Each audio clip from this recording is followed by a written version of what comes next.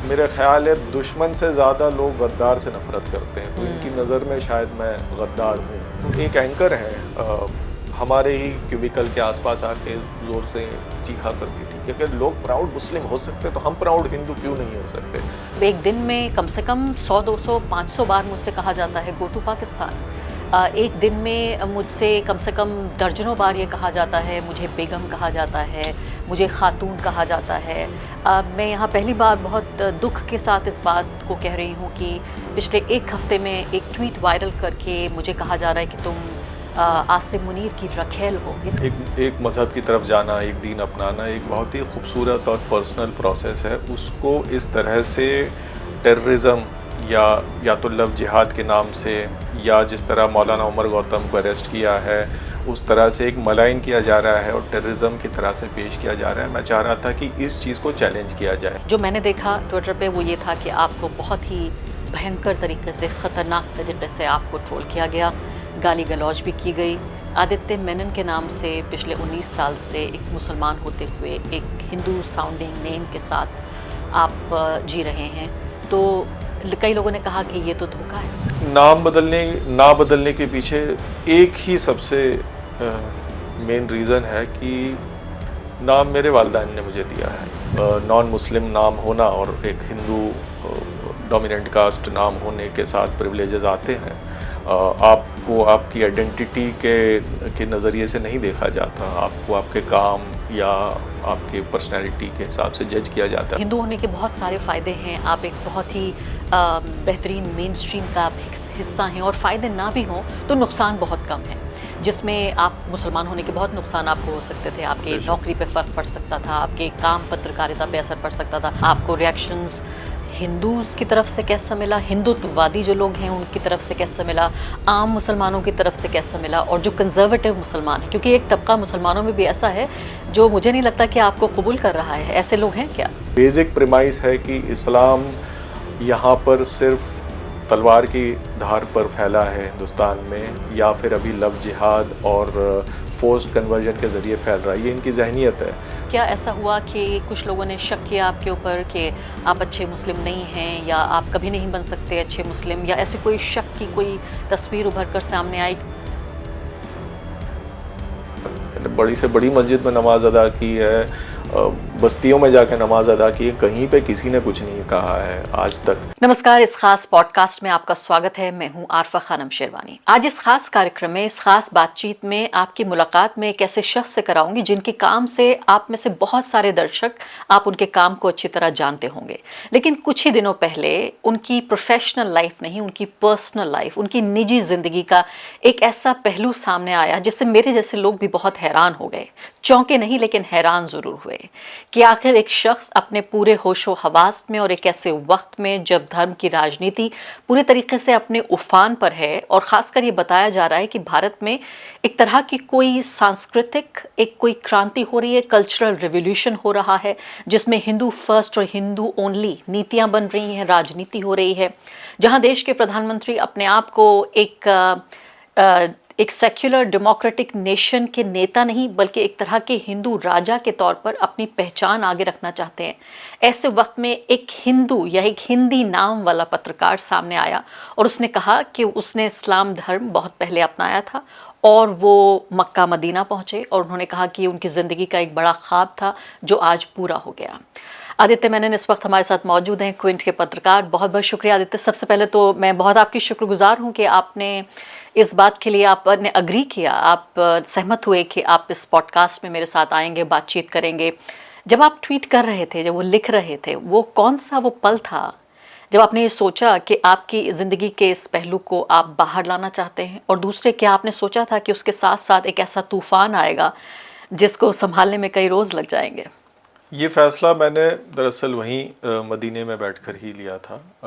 मुझे लगा कि जो इतना एक मज़हब की तरफ जाना, एक दीन अपनाना एक बहुत ही खूबसूरत और पर्सनल प्रोसेस है। उसको इस तरह से टेररिज्म या तो लव जिहाद के नाम से, या जिस तरह मौलाना उमर गौतम को अरेस्ट किया है उस तरह से एक मलाइन किया जा रहा है और टेररिज्म की तरह से पेश किया जा रहा है। मैं चाह रहा था कि इस चीज़ को चैलेंज किया जाए। ये कईयों के लिए एक बहुत ही पर्सनल बहुत ही ब्यूटीफुल जर्नी है।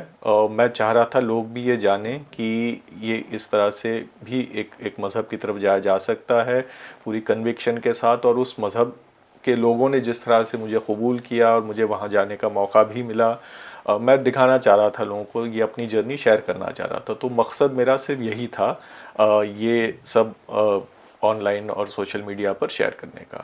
मुझे आपके आज को समझने के लिए लगातार आपके कल को समझते रहना पड़ेगा बेशक। कि आप कहाँ से आ रहे हैं। लेकिन कट टू 2025, जब आपने ये ट्वीट किया तो ट्वीट के बाद आपको किस तरह के रिएक्शंस मिले? जो मैंने देखा ट्विटर पे वो ये था कि आपको बहुत ही भयंकर तरीके से, ख़तरनाक तरीके से आपको ट्रोल किया गया, गाली गलौज भी की गई। और एक जो सवाल था जो मेरे मन में भी था वो ये था कि आदित्य मेनन के नाम से पिछले 19 साल से एक मुसलमान होते हुए एक हिंदू साउंडिंग नेम के साथ आप जी रहे हैं, तो कई लोगों ने कहा कि ये तो धोखा है। तो यही मेरा सवाल भी है कि नाम आपने क्यों नहीं बदला? नाम ना बदलने के पीछे एक ही सबसे मेन रीज़न है कि नाम मेरे वालिदैन ने मुझे दिया है ये, और कई साल का ये प्रोसेस रहा है, और मुझे लगता है उन्हें इस प्रोसेस में काफ़ी तकलीफ़ हुई है, और बिल्कुल मैं उस तकलीफ़ को गलत नहीं समझूंगा। किसी भी माँ बाप को तकलीफ़ होगी अगर उनकी औलाद ऐसा कदम उठाए जो उन्हें उनकी आइडेंटिटी, उनकी शनाख्त से अलग ले जाए, तो वो एक ब्रिज टूट जाएगा। मुझे हमेशा से लगता रहा कि अगर मैं नाम बदल लूँ, नाम बदलने का फ़ैसला ले लूँ, तो मेन रीज़न यही थी। ऐसा नहीं है कि मेरा इरादा लोगों को गुमराह करने का है, या कोई जो प्रिविलेज आते हैं, और प्रिविलेज है, मैं इस बात को पूरी तरह एडमिट करता हूँ कि एक नॉन मुस्लिम नाम होना और एक हिंदू डोमिनेंट कास्ट नाम होने के साथ प्रिविलेजेस आते हैं।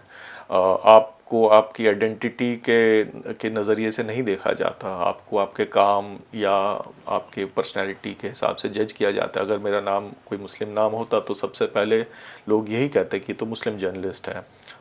फिर वो कन्वर्स साबित करने के लिए मुझे और कदम उठाने पड़ते हैं कि लोग मुझे उस नज़र से ना देखें। तो वो सारी जो स्ट्रगल एक मुस्लिम जर्नलिस्ट या कोई भी मुस्लिम प्रोफेशनल की होती है, वो मेरी नहीं थी, क्योंकि मेरा एक हिंदू नाम है। और आपकी हर स्टोरी को पढ़ा जाता इसी नज़रिए से कि ये मुस्लिम पत्रकार ने लिखी है। बेशक, बिल्कुल सही, बिल्कुल सही। एंड आपका खुद का भी एक्सपीरियंस ऐसा ही रहा होगा कम से कम पिछले 10 साल में। तो जाहिर है मैं पूरी तरह से इस प्रिविलेज को एक्नॉलेज करता हूँ, लेकिन वजह सिर्फ यही थी कि वालिदैन को तकलीफ नहीं कोई पहुंचनी खौफ चाहिए। तो नहीं था बिल्कुल नहीं, कोई खौफ कि अगर if you come out as a Muslim, जैसे अक्सर ये बात हम देखते हैं, ख़ासकर वो लोग जो होमोसेक्सुअल्स होते हैं, क्योंकि हमारी तो दुनिया में उनके लिए भी जगह बहुत कम है, ख़ासकर ऐसे लोग किसी भी तरह के माइनॉरिटी हों कि वो अपने पेरेंट्स को कभी नहीं बताते, पूरी ज़िंदगी एक झूठ लेकर जीते हैं। तो उनके लिए भी जब कम आउट कहा जाता है, तो मुझे पता नहीं कि शायद अगर मज़हब बदलेंगे तो कम आउट कहा जाएगा या नहीं, लेकिन कोई खौफ मन में नहीं था कि, ख़ासकर मैं इसलिए कह रही हूँ कि 19 साल से आप एक मुसलमान हैं, 19 साल मान लेते हैं कम से कम, अगर नहीं भी मान रहे हैं 25 साल भी, तो 19 साल में 11 साल नरेंद्र मोदी की सरकार रही है, जिसमें हमने देखा है, जिसको मैं कह रही हूँ कि एक तरह का एक रिलीजियस रिवाइवलिज्म है, एक तरह का पुनर्जागरण जिसे कहा जाए। आप नेगेटिव पॉजिटिव दोनों तरह से इसको डिफाइन कर सकते हैं कि हिंदू होने के बहुत सारे फ़ायदे हैं, आप एक बहुत ही बेहतरीन मेन स्ट्रीम का आप हिस्सा हैं, और फ़ायदे ना भी हों तो नुकसान बहुत कम हैं, जिसमें आप मुसलमान होने के बहुत नुकसान आपको हो सकते थे। आपके नौकरी पे फ़र्क पड़ सकता था, आपके काम पत्रकारिता पे असर पड़ सकता था, और साथ साथ मैं दर्शकों से ये भी वादा करना चाहती हूँ कि आपके काम पर भी हम ज़रूर बातचीत करेंगे। मतलब मुझे लगता है कि आधा रीज़न ये था कि आपका ये रिसेंट डिक्लेरेशन, और दूसरा ये था आपके काम पे भी मैं बात करना चाहती थी। कोई खौफ आपके मन में नहीं था 11 साल में? कभी आपने इससे पहले सोचा कि मैं आना चाहता हूँ, आम लोगों के सामने बताना चाहता हूँ कि असली आदित्य कौन है? नहीं, खौफ तो बिल्कुल भी नहीं था, बल्कि अगर ये जो पिछले 11 साल के हालात ना हुए होते तो शायद मैं और लो प्रोफाइल रखता चीज़ों को, ताकि एक एक एक, एक नॉर्मल इंसान की ज़िंदगी जी जा सके जिसमें इस किस्म के टेंशन हो। बट चूंकि ये 11 साल से ये हालात पैदा हुए, मैं आउट ऑफ गिल्ट कि मेरा जो प्रिविलेज है अपने नाम का, उसको ओवरकम करने के लिए मैं ज़्यादा पब्लिकली पोजीशंस मैंने लिए हैं, काम का भी पूरा तवज्जो इसी तरफ रखा है कि जो भी एक ये मेजॉरिटेरियन असॉल्ट चल रहा है उसके हम खिलाफ ही खड़े रहें, कि ये भी नहीं कि हम ब्रेक ले लें किसी चीज़ इस पूरे काम से, कि ये ना हो कि मुझे जिस मज़हब ने और जिन लोगों ने इतनी इज़्ज़त दी है और जिस मज़हब में मैं आया हूँ, कहीं वो ना लगे कि ये आदमी कम पड़ गया अपने काम में या अपने इस लड़ाई में जो जो ये मेजॉरिटेरियन फोर्सेस हमारे ख़िलाफ़ कर रहे हैं। तो मेरा हमेशा से ये एक था, एक गिल्ट था मेरा अपने प्रिविलेज को लेकर, जिस वजह से तमाम कदम उठाए हैं। पब्लिकली मैंने कई मर्तबा अपने रिलीजियोसिटी के बारे में भी कहा है। वायर में भी एक स्टोरी आई थी जिसमें मेरा जिक्र था। सीए प्रोटेस्ट के दौरान भी मैंने लिखा था कि मैं I will die a Muslim even though I was not born one. तो कई मर्तबा मैंने कहा है, हल्के तौर पे आपने उस बात को हल्के तौर पे बट कहा। नाम मैंने नहीं चेंज किया। नाम नहीं आपने चेंज किया था। लेकिन हम उस सवाल पे वापस लौटते हैं कि आपको रिएक्शंस किस तरह का मिला? आपको रिएक्शंस हिंदूज की तरफ से कैसा मिला, हिंदुत्ववादी जो लोग हैं उनकी तरफ से कैसा मिला, आम मुसलमानों की तरफ से कैसा मिला, और जो कंजर्वेटिव मुसलमान हैं, क्योंकि एक तबका मुसलमानों में भी ऐसा है जो मुझे नहीं लगता कि आपको कबूल कर रहा है, ऐसे लोग हैं क्या? नहीं, ऐसा मेरा तो तजुर्बा नहीं है।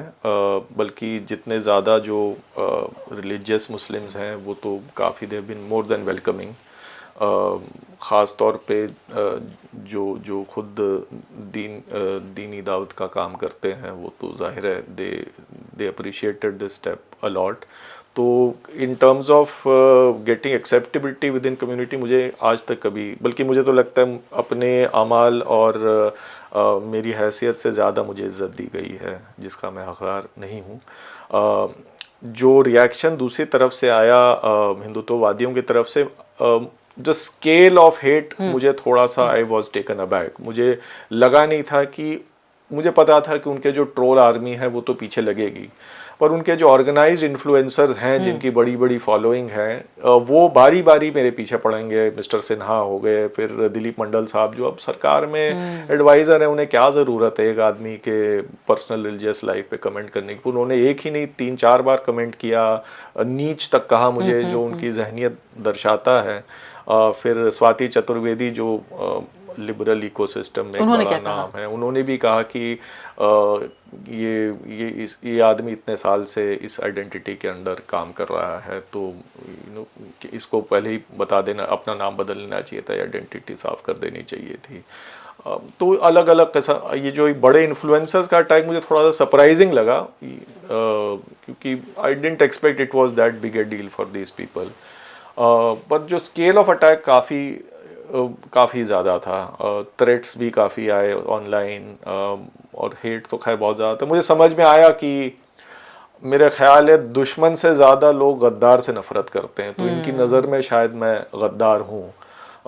तो जो हेट की वजह है वो ये है, और इनके जो एक बेसिक प्रीमाइस है कि इस्लाम यहाँ पर सिर्फ तलवार की धार पर फैला है हिंदुस्तान में, या फिर अभी लव जिहाद और फोर्स्ड कन्वर्जन के ज़रिए फैल रहा है, ये इनकी जहनीत है। तो एक Hindu from A privilege background, उसका कन्वर्ट होना उस पूरे प्रीमाइस को ब्रेक करता है। तो शायद इनके गुस्से के पीछे ये वजह थी। और आगे बढ़ने से पहले एक अदना सी गुजारिश कि आप मेंबर बनिए मेरे चैनल का आरफा खानम शेरवानी। अगर आप मेंबर बनते हैं, आपके समर्थन से आप मेरा हाथ मजबूत करेंगे, इतना मजबूत कि मैं सत्ता का कॉलर पकड़ के सवाल पूछ सकूंगी, और जो हमारे समुदाय में हाशिए के जो तबके हैं उनकी आवाज़ उठा सकूंगी। आप यकीन जानिए, आपका एक छोटा सा सहयोग मेरे लिए इतना बड़ा होगा जिसके लिए आप अंदाजा भी नहीं लगा सकते। आपने जल्द में ये कन्वर्जन किया है, कब ये आपकी ज़िंदगी की, क्योंकि मुझे लगता है हमारे बहुत सारे दर्शक ये जानने में दिलचस्पी रखते होंगे। मैं यूएस और यूके में बहुत से ऐसे लोगों को जानती हूँ जिन्होंने बड़ी उम्र में, यानी एक अडल्टहुड के बाद, जब वो एक वयस्क हो गए थे, उसके बाद पढ़कर समझकर कोई भी मज़हब अपनाया, वो इस्लाम हो सकता है, वो क्रिश्चियनिटी हो सकती है, लेकिन बहुत सारे ऐसे लोग सामने आए हैं जिन्होंने अपनी इस ज़िंदगी के इस पहलू को आगे रखा है। मेरी तो याददाश्त में आप शायद पिछले बहुत सारे सालों में भारतीय एक पत्रकार या भारतीय एक इंसान के तौर पर आप पहले ऐसे व्यक्ति हैं जिसकी इस जर्नी को मैं समझने की कोशिश कर रही हूँ जो सामने आया है। पहले आप हमें इस जर्नी के बारे में बताइए, फिर मैं ये ट्वीट का जो पूरा रिएक्शन हुआ वो शायद दर्शकों को समझने में आसानी होगी। जी, तो जर्नी मेरा ख्याल है बचपन में शुरू हुई।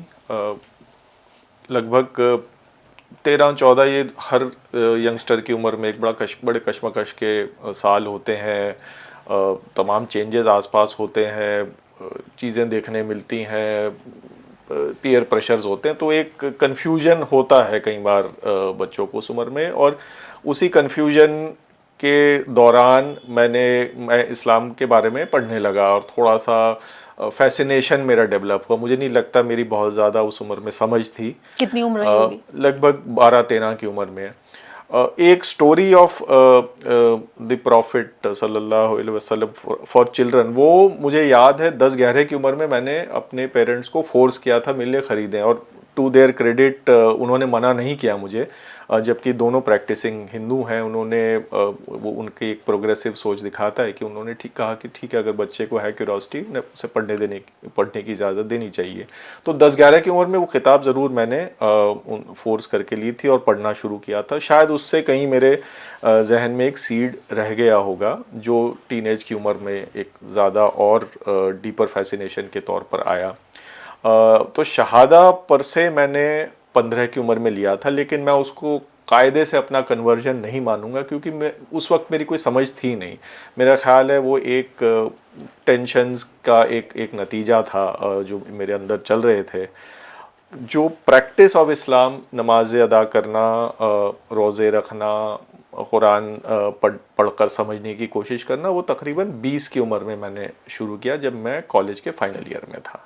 तो वो जर्नी मेरे ख्याल है वहाँ से एक कांस्टेंट ग्रोथ रही है 20 की उम्र से लेकर अब तक। 20 की उम्र से लेकर अब तक, यानी आप बता रहे हैं आप 45 साल के हैं। मैं 39 का। 39 के हैं, सॉरी माफ़ कीजिएगा। तो 19 साल आपको, जी 19 साल बाकायदा आपको हो चुके हैं। मुझे ये भी बताइए कि 15 साल के जब आप थे, किस सन की बात है ये 2006-07 के आसपास। यानी कि सरकार तो कांग्रेस पार्टी की ही थी। जी जी, उनकी सरकार थी। तो मुझे ये बताइए कि उस वक्त यानी कि जब आपने ये फैसला किया और अपने परिवार को बताया, उनका क्या रिएक्शन था, और ये पूरा प्रोसेस कैसे हुआ आपकी कन्वर्जन का या आपका शहादा लेने का, जब आपने पहला कलमा पढ़ा? प्रोसेस वो तो ऑनलाइन ही मुझे ये जानकारी मिली थी कि शहादा में क्या बोलना पड़ता है और क्या क्या किस चीज़ को मानना पड़ता है, और ये भी कहा था कि आपको किसी के प्रेजेंस में शहादा लेने की ज़रूरत नहीं है। तो वो तो मैंने ले लिया था, लेकिन जब मैं ऑनलाइन से ही नमाज़ें सीखने की कोशिश कर रहा था तो मुझे ज़ाहिर है बहुत ज़्यादा मुश्किल हो रही थी इसे सीखने में, कैसे इसे सीखा जाए। तो एक फ़िल्म आई थी गुलाम मुस्तफ़ा, नाना पाटेकर साहब की, तो वो मैंने देखा कि वो आखिरी सीन में वो 2 रकात नमाज पढ़ रहे थे नफल, जिस फैमिली के साथ वो जुड़े हुए थे उनकी सलामती के लिए।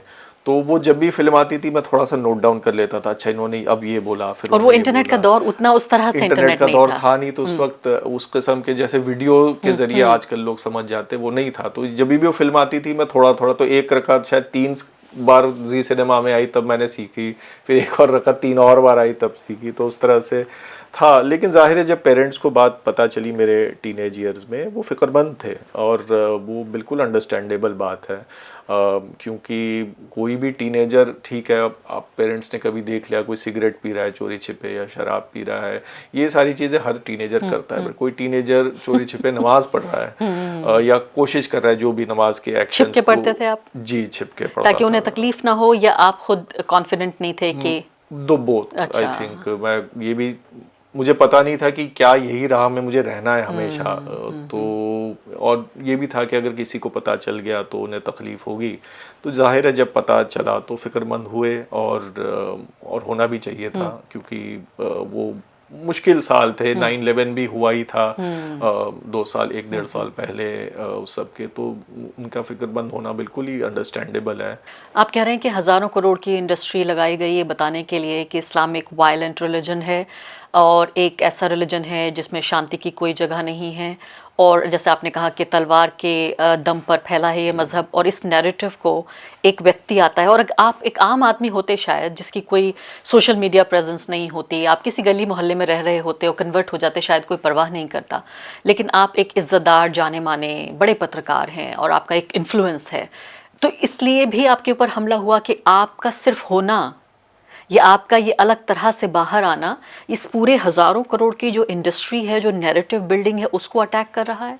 जी, उन्हें मेरे ख्याल है सेम तो लग रही है ना इनके पूरे इस प्रेमाइस को कि इस्लाम इसी तरह से फैलाया जा रहा है और इस्लाम के यहाँ पे रहने की के पनपने की और जो इस्लाम के यहाँ पे फैलने की यही वजह है। तो जाहिर है इस because it was questioning that premise. और आपको गद्दार कहा गया। जी जी जी।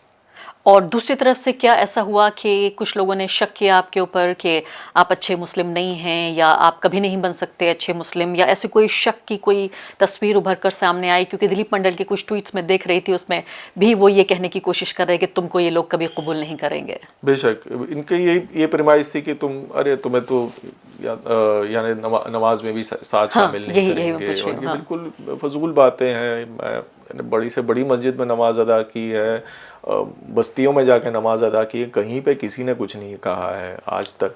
आप सफ़ में जाके खड़े हो जाएं और नमाज अदा कर लें किसी भी इमाम के पीछे, तो इसमें कभी कोई मसला रहा ही नहीं है। ये जानते हुए भी कि आप एक कन्वर्ट हैं? बिल्कुल, बेशक कभी आपके साथ कोई डिस्क्रिमिनेशन नहीं? मैंने शिया जमात में नमाज अदा की है, सुन्नी जमात में की है, कभी कहीं कोई दिक्कत नहीं हुई है। और सवाल यहाँ से ये भी आता है कि आपने सुन्नी धर्म अपनाया या शिया धर्म अपनाया? मैं दोनों तरह से नमाज पढ़ सकता अच्छा। हूँ। मुझे शिया तरीक़ा भी आता है, सुन्नी तरीक़ा भी आता है।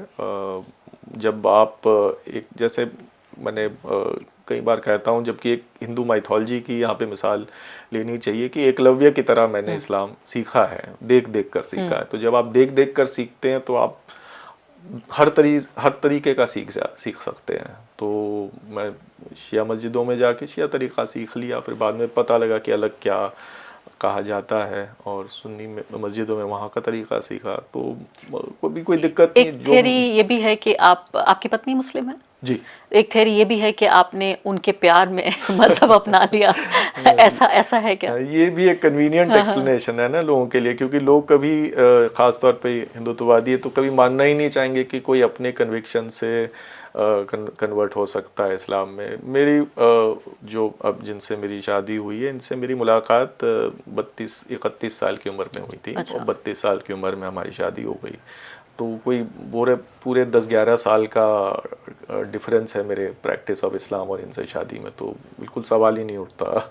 ये मेरा सवाल भी था आपसे कि क्या आपको ये खौफ नहीं आया कि एक बार जब आप इस इंडस्ट्री को, पहली बात तो आप इस पूरे नैरेटिव को चैलेंज कर रहे हैं, और आज के दौर में 4 गुंडे भगवा आपके घर पहुंच जाएं, आपके दफ्तर पहुंच जाएं, आपको परेशान करने की कोशिश करें, आपके परिवार को परेशान करने की कोशिश करें, ये कोई कंसिडरेशन था आपके दिमाग में, या इस तरह का अभी कोई ख़तरा आप महसूस करते हैं?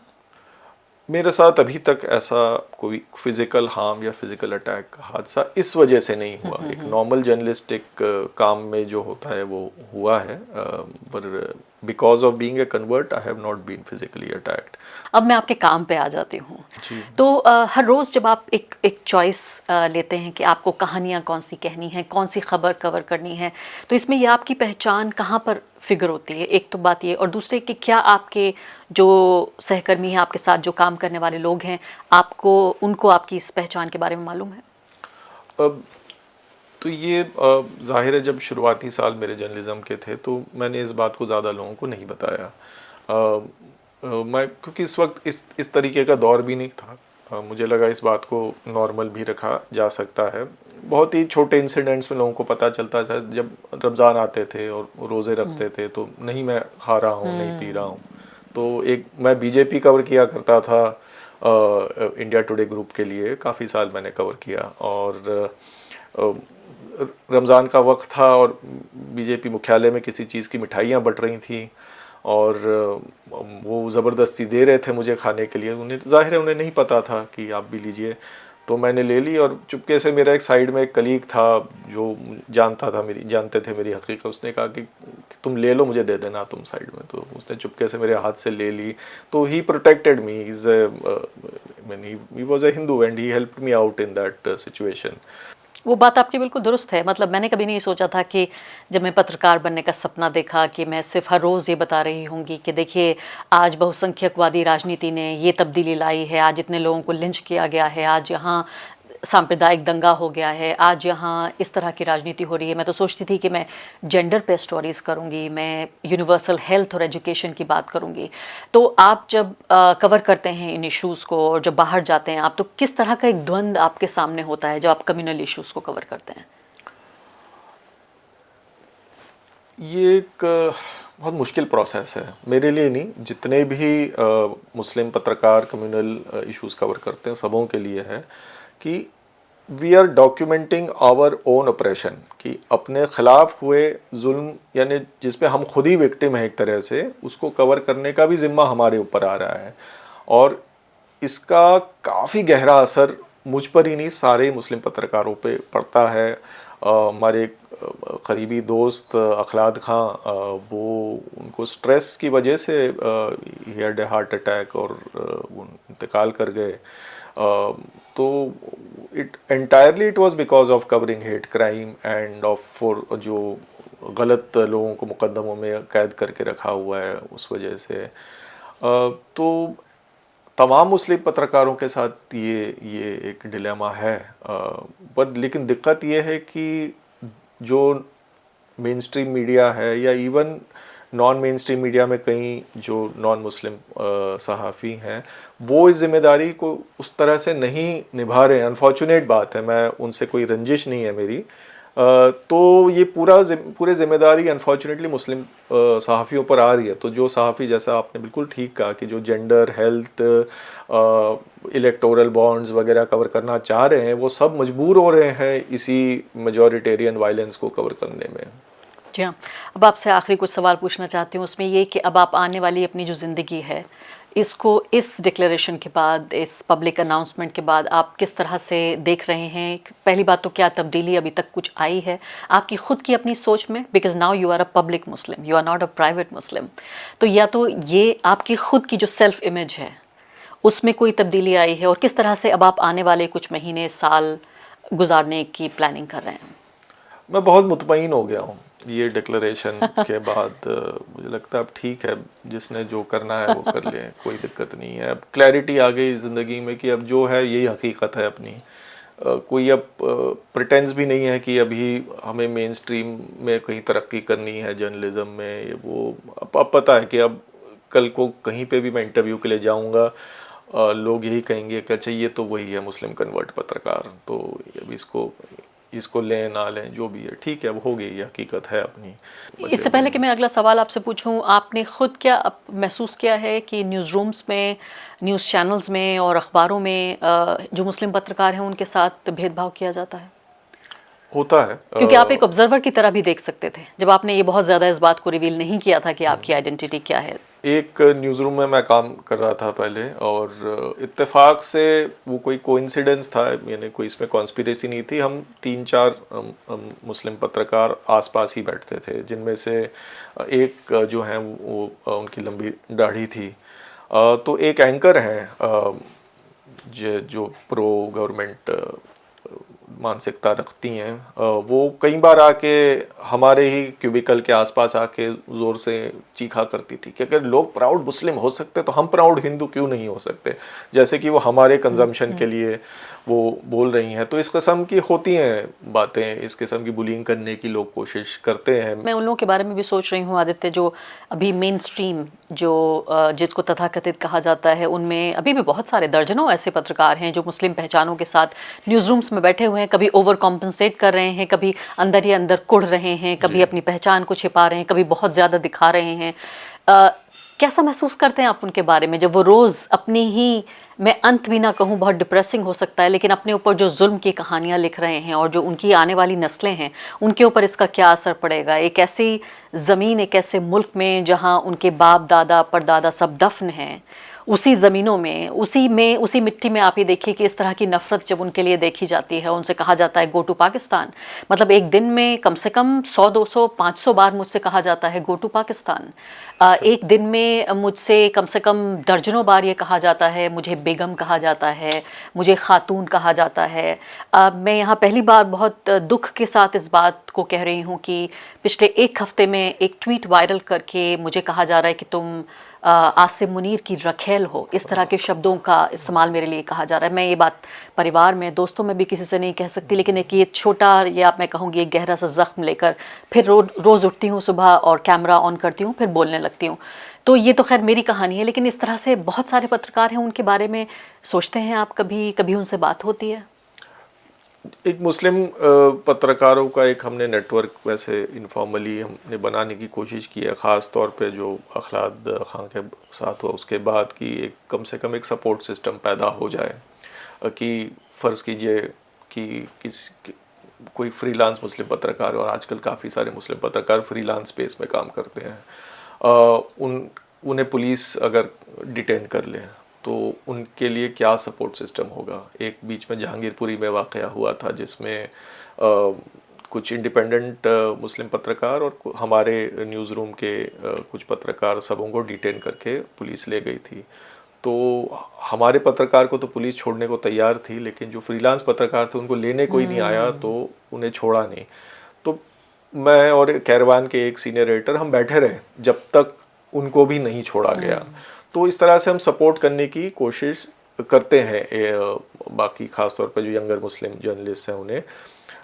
उससे भी ज़्यादा मुझे अगर किसी की फ़िक्र होती है वो जो जर्नलिस्ट बनना चाहते हैं। क्योंकि चूँकि तमाम जो यंग मुस्लिम बच्चे हैं वो देखते हैं कि किस तरह से मीडिया में मुसलमानों के बारे में गलत बातें फैलाई जाती है, नफ़रत फैलाई जाती है। तो ज़्यादा से ज़्यादा उनमें से जर्नलिस्ट बनना चाहते हैं। कई स्टेट्स पे मैंने वर्कशॉप्स किए हैं ऐसे स्टूडेंट्स के लिए, और वो कहते हैं कि हम जर्नलिज्म में आना चाहते हैं, लेकिन हम काम कहाँ करें, कि where are the newsrooms for these young journalist. और दो चीज़ें हैं, पहली बात तो भारत में अब पत्रकारिता नहीं हो रही है। दूसरे, अगर पत्रकारिता कहीं छोटी मोटी बची भी है तो क्या वो मुस्लिम पत्रकारों के लिए उसको जगह मिलेगी, ये भी बात है। अब आपसे बिल्कुल आखिरी सवाल वो ये कि अब ये जो बहुसंख्यकवाद, मेजॉरिटेरियनिज्म की जो ये आप पॉलिटिक्स देख रहे हैं, इसको आने वाले कुछ सालों में कैसे आप अनफोल्ड होते हुए देखते हैं? अभी सिर्फ मुस्लिम पत्रकार ही नहीं बल्कि जो मुस्लिम पॉपुलेशन है, इसके अलावा तमाम जो सेक्युलर सोच के गैर मुस्लिम हैं, हिंदू हैं, क्रिश्चियंस हैं, पारसीज़ हैं, उनको आप क्या बताना चाहते हैं? वो सोच रहे हैं अभी कि 11 साल तो हमने काट दिए किसी भी तरह से, अब आगे का वक्त कैसे गुजरेगा? ये एक दौर है मेरे हिसाब से, और ठीक है गवर्नमेंट चेंज होगी नहीं होगी मैं तो इस बारे में नहीं जानता, वो पॉलिटिकल एनालिसिस के स्फीयर में आ जाएगा। लेकिन मेरा ख्याल है ये सवाल सबसे ज़्यादा जो मेजॉरिटी कम्युनिटी है उन्हें सोचना है।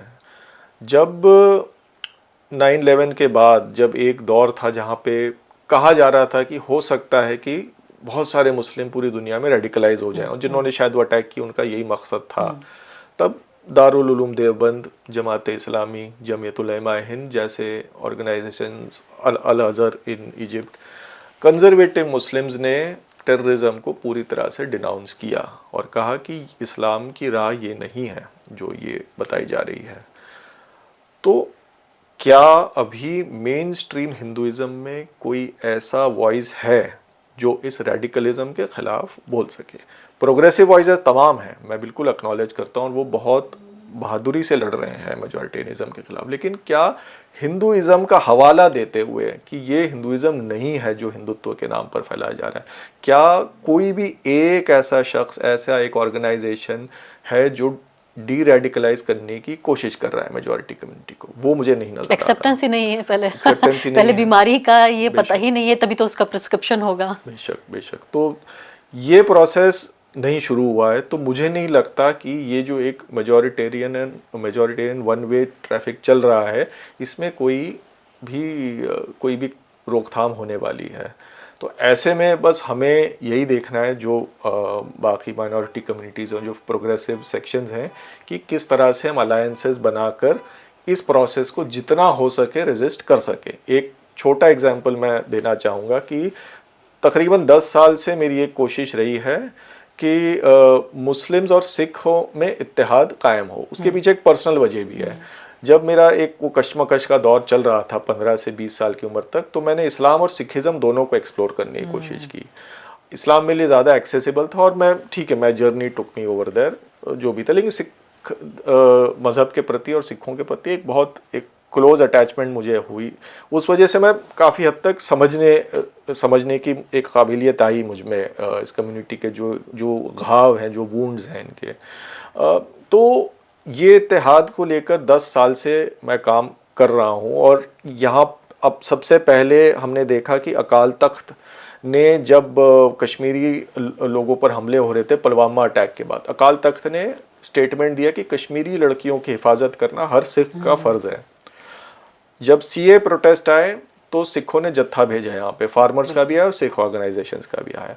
जब फार्मर्स प्रोटेस्ट आए तो मेवात के मुसलमान और अपने शाहीन बाग के मुसलमान वो सब वहाँ पर जाके शामिल हो गए, लॉजिस्टिक्स में मदद की उन्होंने। जब अभी पंजाब में फ्लड्स आए तो यानी दिल खोल कर मुंब्रा से लेकर दिल्ली तक, मेवात से लेकर बंगाल तक मुसलमानों ने इतना रिलीफ मटेरियल भेजा कि सिख्स देमसेल्व्स वर ओवरवेल्म्ड की इतनी बड़ी तादाद में मुसलमान आके यहाँ हेल्प कर रहे हैं। तो ये इत्तेहाद बनाया जा सकता है क्योंकि उस कम्युनिटी का भी लिव्ड एक्सपीरियंस वही है जो मुसलमानों का है। 84 का जो कत्लेआम हुआ, उससे पहले नेल्ली का कत्लेआम हुआ, जो 92 में बाबरी मस्जिद शहीद की गई, वहीं पे पंजाब पे फेक एनकाउंटर्स का एक बहुत ही बुरा दौर वहाँ चल रहा था। उसके 3 साल बाद जसवंत सिंह खालड़ा साहब को गायब कर दिया गया।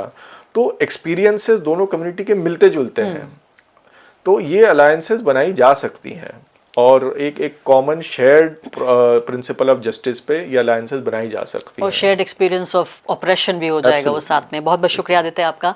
My best wishes to you. उम्मीद ये करते हैं और बहुत ज़्यादा मेरे मन में आपके लिए बहुत इज्जत है, बहुत एडमिरेशन है कि आपने इस दौर में ख़ासकर, जबकि ये जो मुस्लिम तबका है बहुत ही मुश्किल दौर से गुजर रहा है, बहुत हिम्मत का काम है, बहुत जिगर का काम है कि आपने वो ट्वीट किया। आप चाहते तो प्राइवेटली रख सकते थे, बहुत एक तरह का आइडियलिज्म भी था, आपने ये सब कुछ जो किया और आपकी इस हिम्मत ने बहुत सारे लोगों को भी हिम्मत दी है। बहुत बहुत शुक्रिया आपका। बहुत शुक्रिया।